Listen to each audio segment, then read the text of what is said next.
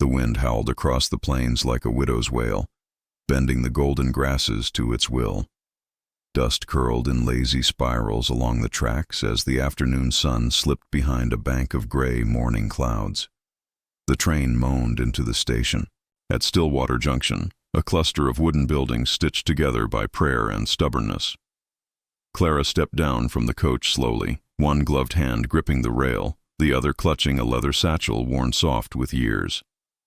Her boots landed on the cracked platform with a quiet thud, and for a moment the whole world seemed to pause, just long enough for her to catch her breath. She had traveled from St. Louis through 3 states and one feverish night of doubt. Her corset pinched beneath her modest brown dress, and her shawl hung unevenly over one shoulder. She had fixed her hair at sunrise, coiling the strands into a tight bun. Those stray wisps now framed her face like silver threads catching sunbeams. Her age, 36, sat plainly upon her, like the fine lines at the corners of her eyes, and the gentleness she could not quite rid from her voice. But she stood straight. Clara Whitmore had not come to the West to be small. He was there. Charles. Harper. Tall, pressed vest, hair slicked with effort.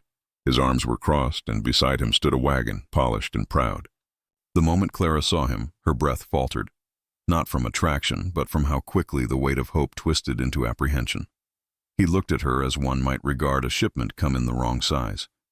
No words passed. Not at first. He looked her up and down. His jaw tensed. "You're Clara?" She nodded. "Yes, you must be Charles." He glanced toward the station door, then back at her. "Thought you'd be younger." The words sliced quieter than a shout. There was no cruelty in his voice, just calculation, like someone deciding between tools. Clara swallowed. "I was honest in my letters." "Letters don't carry faces," he said. Neither did his. He had never sent a photograph. But she did not remind him. The silence between them stretched, brittle as dry branches. A porter wheeled a cart of crates behind them. Somewhere a baby cried. Charles stepped back, placed his hat on his head, and nodded stiffly toward the wagon. "I can give you a ride to the boarding house. Mrs. Wren will put you up for the night." "I thought," Clara began, but the rest of the sentence dissolved in her throat. She had imagined meeting his family. She had imagined soup simmering on a stove, her name spoken with warmth. "You thought wrong," he said, and turned without looking at her again. She didn't follow. She remained where she stood until the wagon rolled away in a murmur of wheels and dust. There were no stares, no gasps. Stillwater Junction wasn't that kind of town. But from the shadows of the general store, a few eyes lingered. A woman behind a window curtain lowered it. A pair of old men playing checkers under the saloon awning stopped mid-move. Clara straightened her shoulders and stepped off the platform. She walked down the main street with the unhurried grace of someone who refused to be rushed into shame. By the time she reached the porch of the boarding house, the first drops of rain began to fall. Mrs. Wren had soft hands and a knowing smile. She didn't ask questions, only handed Clara a folded quilt and showed her to a narrow room upstairs. The wallpaper peeled at the edges, and the mattress creaked when Clara sat, but it was warm and it was dry. She unpacked in silence, if placing a hairbrush on a dresser can be called unpacking, and stood by the small window to watch the storm darken the street. Charles would not come back. She knew it as surely as she had once known her father would never return from his final hunt. There was a silence men left behind that spoke louder than farewells. She thought of her letters, long, careful things written by oil lamp after long days as a seamstress. She had stitched honesty into every word, her age, her past, her desire for peace more than passion. She had spoken of her love for gardens, though she had none, of her ability to cook, though she had no kitchen, of her hope, not loud and foolish, but soft and patient, that somewhere in the world someone might not see her as too late. Still, he had looked at her as if she were a page turned too many times. Downstairs voices drifted up through the floorboards. Someone discussing the storm, the rise in horse feed, normal things, steady things. Clara lit the lamp and sat in the room's single chair. She didn't cry. She hadn't in years. Tears were for what could still be changed. 2 days passed. The rain cleared. Clara began to rise early and help in the kitchen without being asked. She walked to the mercantile and back, took slow strolls, past the post office. The townsfolk, at first curious, began to nod politely. Some of the women smiled. Children watched her from behind fences, whispering things she couldn't hear. One little girl, 7 or 8, with tangled hair and a gap-toothed grin, offered her a dandelion once. Clara took it like it was gold. She wrote a letter to her sister in St. Louis and never mailed it. She had no intention of going back. It was on her 4th morning that she passed the blacksmith's forge. A rhythmic clang echoed down the street. Smoke curled from the chimney, and there he was, broad-shouldered, face shadowed, sleeves rolled to his elbows. He did not look up as she passed, but she felt the moment his gaze found her. Not a moment of judgment, not interest either, just acknowledgement. She walked on, and yet something in her chest, long quiet, shifted. That night, Clara sat again by her window, her eyes tracing the shape of the moon behind a veil of thin clouds. Stillwater Junction had gone to bed. The silence was velvet. She removed her hairpins and let the strands fall. The lamplight caught the silver among the brown, glinting like river stones. She ran her fingers along her jaw, her neck, her collarbone. Familiar terrain, mapped by solitude. Outside, the wind stirred. Not howling, not crying, just murmuring. A sound like something beginning. In the distance, she heard the faint, steady beat of the blacksmith's hammer. Still working at this hour. Still forging, shaping, mending. Clara closed her eyes, and for the first time since stepping off that train, she allowed herself a fragile thing. She wondered, not if someone might love her, but if she might love again, and that was enough to make her breath hitch, just once, as if the world had noticed her after all. The train screamed into Stillwater like it didn't want to stop. Steel wheels shrieked against rusted iron, and the dust rose in lazy columns to meet the settling sun. Heat shimmered above the tracks, like the air itself was remembering something, too painful to speak aloud. Clara Whitmore stepped down from the coach with the grace of a woman too tired to pretend at uncertainty. Her boots, freshly polished but scuffed at the heels, struck the wooden platform with quiet certainty. She carried only one satchel. Brown leather worn soft at the corners, its clasp stitched back with dental floss and stubbornness. The air smelled of coal smoke and prairie grass, of long journeys and longer silences. She had come 300 miles to meet a man she had never seen. His name was Charles Harper, 39 years old, a farmer by trade, widower by loss. He had written plainly. He needed a wife, not a lover, someone steady, good with children, decent with a needle. His penmanship was sharp and spare, like a man who didn't waste ink or affection. She had answered because it was time. 36 winters had wrapped themselves around Clara's life, leaving behind little else but letters folded too many times, and dreams packed carefully away in boxes labeled later. When the last seamstress job disappeared in St. Louis, and the last neighbor to call her Miss Whitmore with kindness had moved east, she'd sat down beneath the cracked portrait of her mother and decided she would no longer wait for life to happen quietly. He stood at the end of the platform, tall and lean in a gray waistcoat, arms crossed over his chest. His eyes scanned the passengers with the narrow scrutiny of a man used to disappointment. Clara saw it, the flicker of calculation when he spotted her, the tightening of his jaw, the pause that bloomed between expectation and dismay. Still, she smiled, not wide, just enough to offer decency. "You're Clara?" he asked. His voice was flat, the sort that didn't open doors but closed them gently, as if to keep cold air from escaping. She gave a small nod. "Yes, and you must be Charles?" A beat of silence, then. "I figured you'd be younger." The smile held, but it didn't reach her eyes now. "I was truthful in every letter," she said.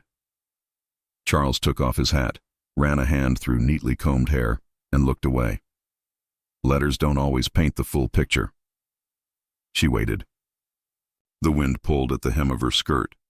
After a long pause, he pointed to the wagon behind him. "I'll take you to the boarding house. Mrs. Wren keeps a room for travelers." Clara glanced at the wagon bed. "Empty, I thought." Her voice faltered. The rest stayed behind her teeth. Charles adjusted his collar. "I don't think this is going to work, Miss Whitmore. Not cruel, not kind. Just the slow, suffocating neutrality of a man who had already made up his mind." She could have pleaded, explained that she could still bear children, that she was healthy, strong, capable of warmth. But she had learned long ago that convincing someone to love you is like planting roses in frost. "I see," she said. Charles looked relieved that she didn't argue. He turned, climbed into the wagon, and with a short tug of the reins, he and the empty seat beside him rolled away. The platform was quiet now. A few men lingered near the depot entrance, pretending not to watch. A boy chased a loose chicken through the dust. A dog barked once, then went back to sleep under a bench. Clara stood alone, the sun painting her shadow long and thin across the planks. She did not cry. She had used up all her tears the year her father died. She remembered them well, the heat behind her eyes, the salt on her lips, the way the grief had emptied her from the inside out. Since then, sorrow visited her more like dust, settling silently, coating everything, rarely noticed until disturbed. She picked up her satchel, adjusted the strap over her shoulder, and began to walk. No one stopped her. No one offered directions. Stillwater Junction was not a cruel town. It simply kept to itself. At the boarding house, a woman with graying curls and a floral apron opened the door. Her eyes scanned Clara from boots to bun, and something softened behind them. "You're not the first woman to arrive without welcome," she said gently. "Room upstairs, $2 a week, supper's at 6. "Thank you," Clara replied. She climbed the stairs and found a narrow room with pale green wallpaper peeling at the corners. The bed was neatly made. A small window overlooked the road. There was a chair beside the nightstand, and a lamp with half a wick left to burn. She placed her satchel on the bed, removed her gloves, sat down. Her hands rested quietly in her lap. Downstairs, someone laughed. A chair scraped against the wooden floor. The world kept turning. That night, she did not unpack. Instead, she lit the lamp, uncoiled her hair from its pins, and let it fall loose. Silver wove through the brown like lightning through a distant sky. She stared at her reflection in the window pane. Not young, not old, just weathered, like fence wood polished by wind and time. By morning, the rain had started. Fine, misty sheets drifted down, blurring the outlines of wagons and storefronts. Clara rose early. She dressed simply and helped Mrs. Wren set the table for breakfast. The older woman said nothing, but her silence was not empty. It held space for grief to breathe. After the meal, Clara took a walk. Main Street was quiet, lined, with buildings made of timber and stubbornness. At the Mercantile, a boy with crooked teeth held the door for her. She nodded. At the post office, she bought a single sheet of paper and a stub of pencil. She returned to the boarding house and sat by the window to write. "Dear Margaret," she began. But the words would not come. Her sister, back east, had warned her. Too old. "Clara, men want someone fresh. But you've always been the brave one." She folded the paper blank. That afternoon, she planted herself on the front porch, watching as rain turned to drizzle. The girl from across the street, thin, with braids fraying at the ends, offered her a rock shaped like a heart. Clara smiled and tucked it into her pocket. The day passed slowly. Hours stretched long, and yet she did not feel restless. That evening, a man passed by on horseback. He glanced at her, just once, then tipped his hat. His hair was dark, beard peppered with gray. He didn't linger, didn't speak. But something in his eyes struck her not with fear or hope, but recognition, as if he too had been left behind once. She watched until he disappeared into the trees. Later, as she turned down the lamp, she looked again at the empty paper. Her fingers hovered over it. She did not write a letter. She left it untouched. Instead, she opened the window just enough to feel the breeze. The scent of damp earth filled the room. Far off, thunder rolled low and soft, like the belly of something ancient turning in its sleep. She stood there for a long time, a woman who had crossed miles, a woman deemed too old to be chosen. Woman who, quietly, without drama, had decided not to leave. And outside, the forge fires began to burn, slow, rhythmic hammering echoing into the dusk, the sound of something being shaped, something beginning.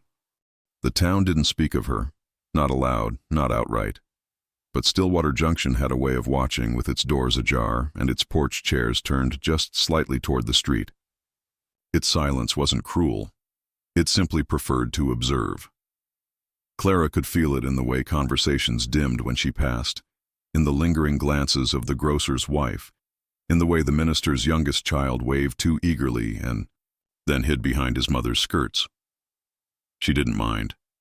Silence was a language she knew well. She had lived entire years in quiet spaces, between work shifts, between letters, between glances that never lingered long enough to mean anything. But here, it was different. Here the silence didn't erase her. It held her gently, the way fog holds the earth, soft, diffused, neither welcoming nor unkind. It watched. On the fifth morning, Clara walked to the market with her shawl pulled tight and her thoughts tucked deeper still. She passed the saloon, where two men played checkers under a rusted lantern. One of them nodded. She nodded back. The exchange was thin, but it stitched something small and real between them. At the butcher's stall, she met Mrs. Avery. "You're the one Charles turned away," the woman said, wrapping a ham hock in paper. Clara didn't flinch. "I am." Mrs. Avery, stout and sunburned, leaned in. "He never did have the spine for real women. His late wife had the charm of a wasp, if you ask anyone." Clara didn't respond. She simply offered the coins, took her parcel, and walked on. But something in her heart warmed, not from spite, but from the quiet affirmation that she wasn't invisible here. In the days that followed, the town seemed to loosen its grip on suspicion. The pastor's wife invited her to the chapel garden, where she dead-headed marigolds and pulled weeds in silence. A boy with a slingshot shyly offered her a jar of honeysuckle syrup. A widow 2 doors down asked if Clara could hem a curtain that had frayed at the edges. With needle and thread in hand, Clara felt something familiar: purpose. The work was small, humble, mending, sewing, fetching. But she moved through it like a woman not trying to prove her worth, only to live it. And always, in the backdrop, there was the blacksmith. His forge sat at the end of the road, tucked behind the feed store, half hidden beneath a roof of corrugated tin and creeping ivy. His name was Elias Grant. Clara had heard it once, from Mrs. Wren, who called him a man carved out of wood and coal smoke. Others spoke of him rarely, and when they did, it was with the reverence reserved for trees that had withstood storms. He worked mostly in silence, hammering horseshoes, hinges, and wagon axles with a rhythm that was almost musical. His sleeves were always rolled, his face streaked with soot and sweat. He kept no apprentice, spoke little, and drank only water from the barrel by his door. But he watched too. Clara noticed it, the way his eyes lifted from his work when she passed just briefly, as if checking to see if she was still walking upright. One afternoon she lingered near the forge. It wasn't intentional. She had stopped to tie her bootlace, but when she straightened, he was there at the edge of the awning, holding a tin cup. "You've been walking a long way," he said. His voice was low, unpolished, like river gravel. "I like the distance," she replied. He nodded once. "Still, the heat doesn't care what you like." She accepted the water. It was cold and clean. "You don't say much," she noted gently. "I say what's needed." Clara studied him, not with the quickness of curiosity, but with the patience of someone who had learned to see slowly. His eyes were dark, but not unkind. His beard, though trimmed, framed his mouth like moss around a stone. "People say you keep to yourself," she said. He looked at her then, truly, Looked. So do you. She smiled, not because the words were clever, but because they were true. That was the beginning, not of a romance, not yet, but of a rhythm, a noticing.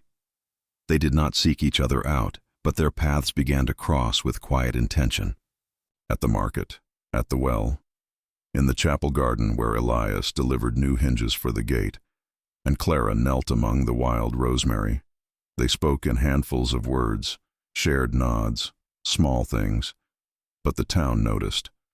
Stillwater may have watched in silence, but it remembered everything. Mrs. Wren made offhand comments about how Elias had never lingered before. The girl with the dandelions giggled when she saw Clara near the forge. Even Charles, who had begun courting a younger widow from Pine Hollow, stiffened visibly the first time he saw Clara and Elias speaking beneath the awning. Clara felt none of it in the way she thought she might. There was no triumph in being seen now, no bitterness, only the slow unraveling of something soft and unexpected. One morning Clara received a letter from Margaret, scribbled in haste. The words were crowded and urgent. "Come home," it read. "Mama's house is being sold.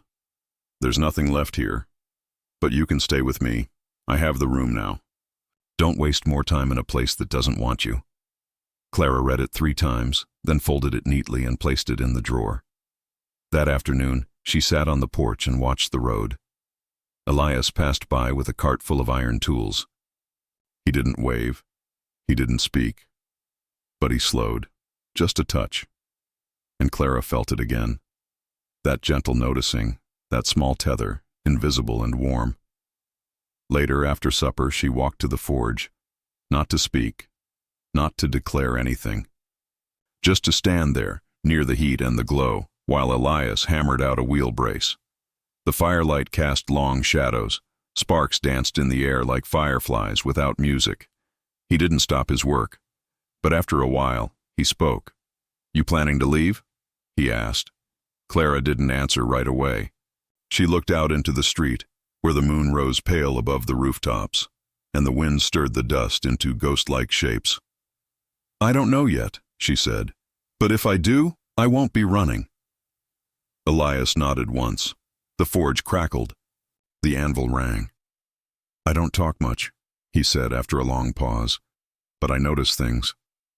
Clara turned to him, brows slightly raised. "You carry sorrow like a basket. Careful not to spill it, but too proud to ask for help."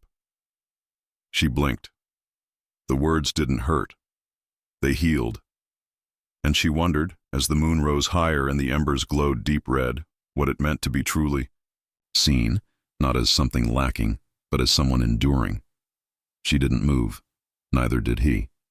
2 figures in quiet company, among iron and stars, and Stillwater watched, and it listened, and the silence at last felt full. Stillwater's spring came slow that year, like a woman hesitant to enter a room she once loved. But the frost receded. Buds appeared on stubborn branches. The wind shifted from biting to merely brisk, and the soil began to smell of green things, stirring in their sleep. Clara had been in town nearly 2 months when Elias brought her a horseshoe, not for a horse, but for the door of the boarding house. "It's for luck," he said simply, setting it down on the porch rail. "I made it flat, so the rain won't pool." Clara touched the smooth iron. It was warm from his hands, shaped clean and strong. Not ornate. Nothing Elias ever did. Was, but purposeful, with a quiet beauty in its curve. "Thank you," she said.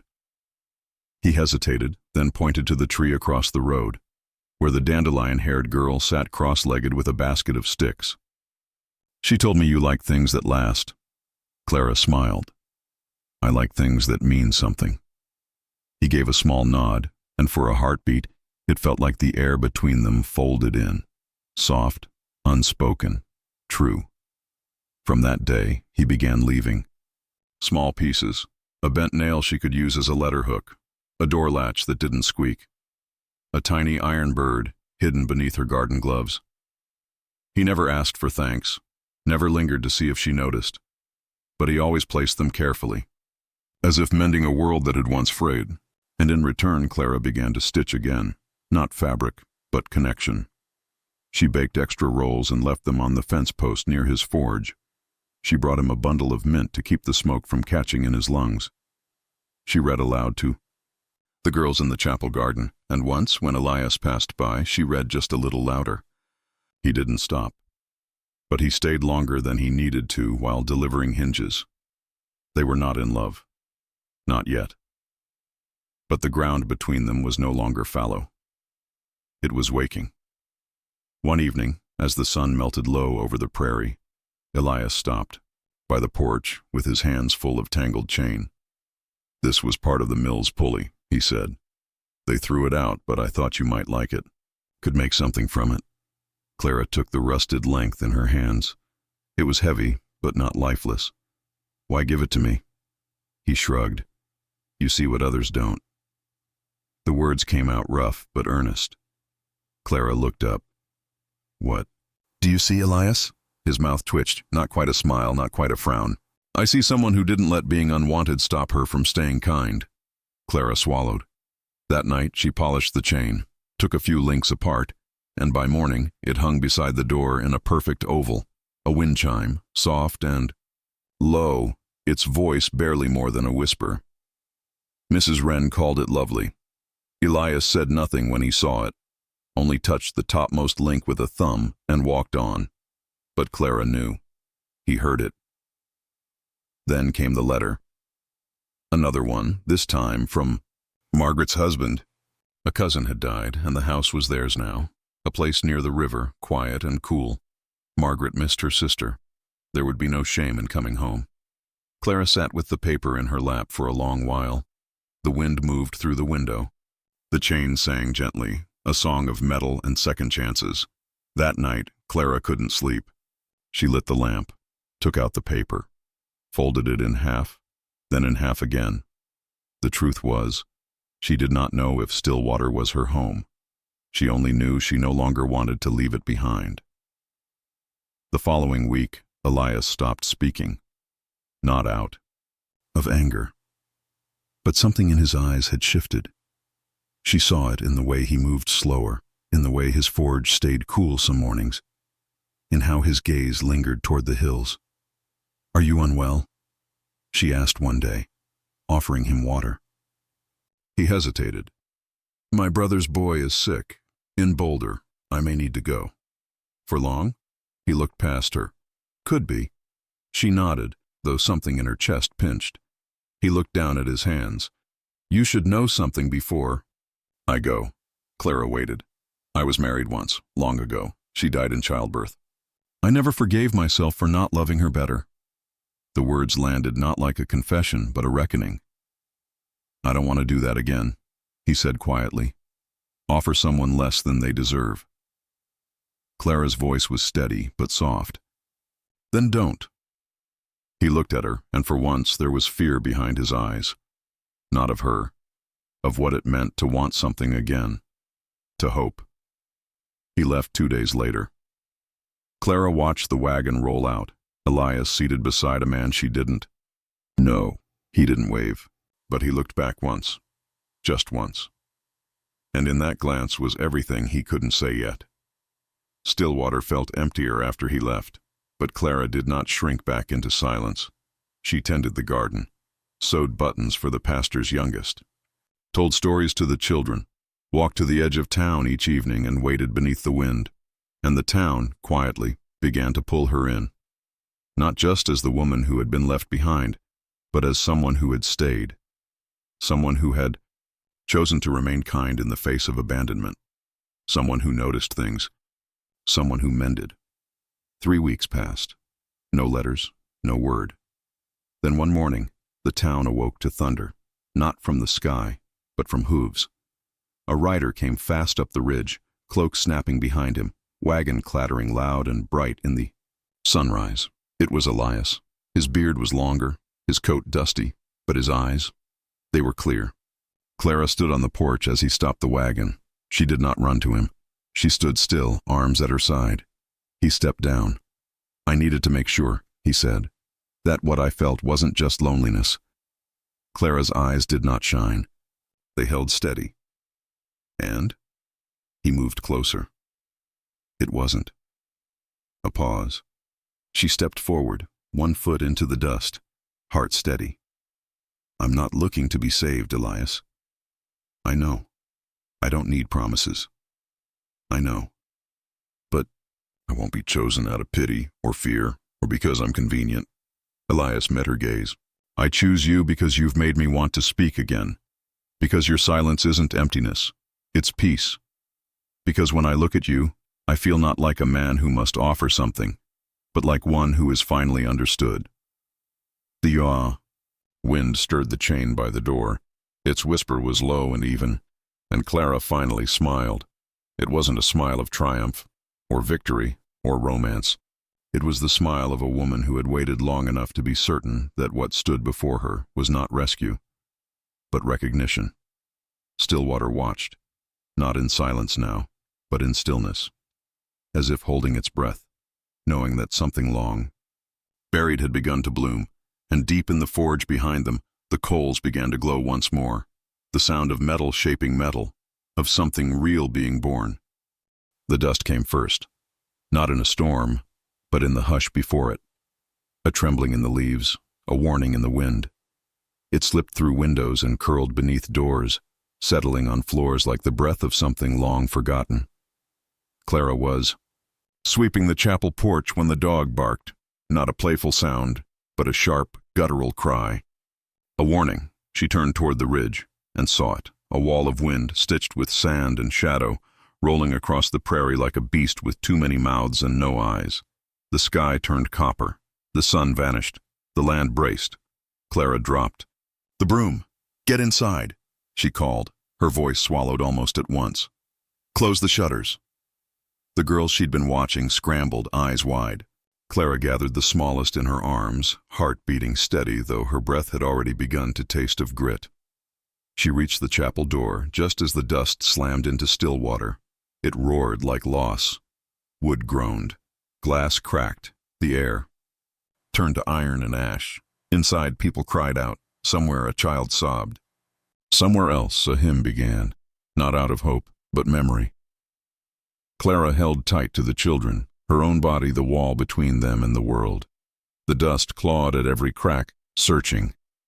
It whispered cruel things, of old rejections, of the train station, of Charles, of all the places she hadn't been wanted.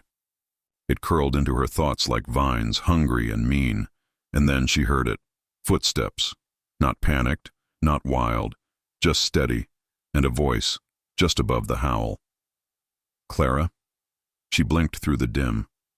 A figure emerged through the open chapel doors, wrapped in a coat and resolve. Jacob, not Elias, not the blacksmith.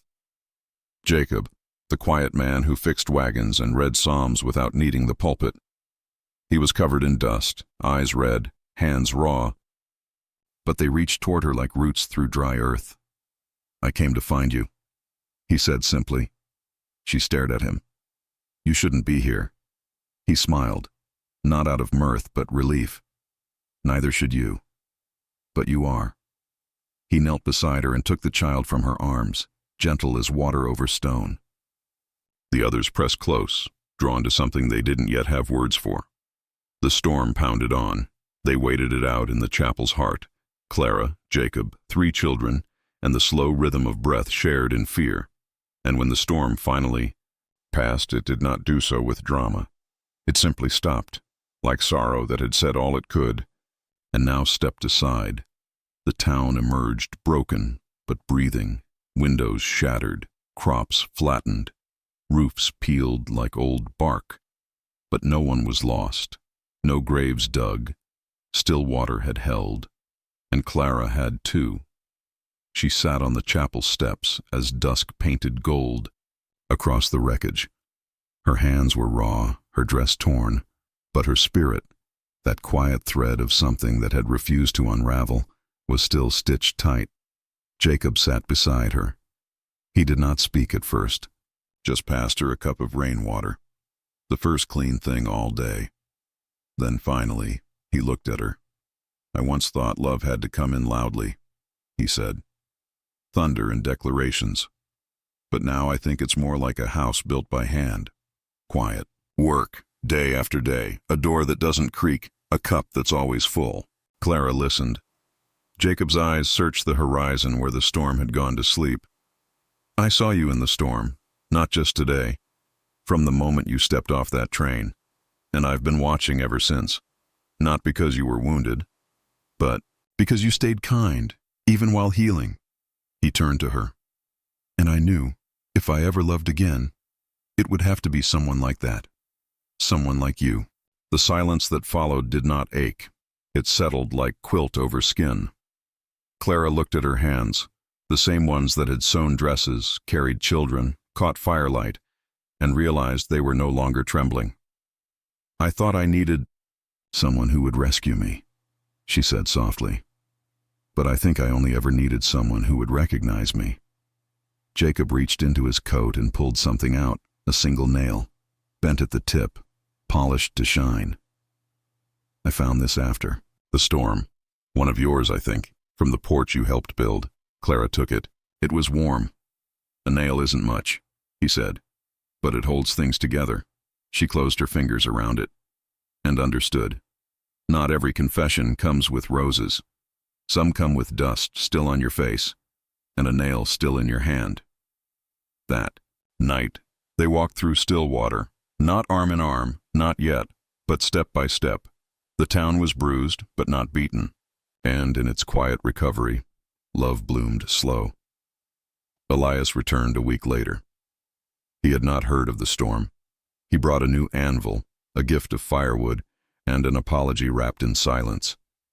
Clara met him kindly, thanked him for the shoes, for the quiet, comfort, for the gentle beginnings, but the shape her heart had taken was no longer his to fill. Elias, wise and decent, understood. He left her with a bird made of copper and a bow of the head that meant, go well. Jacob and Clara did not marry quickly. They planted herbs first, helped rebuild porches, read stories to the children in the chapel garden, and once, beneath a rising harvest moon, he kissed her, not as a man claiming something, but as one arriving. Home, the town watched, and this time, not in silence, but in blessing.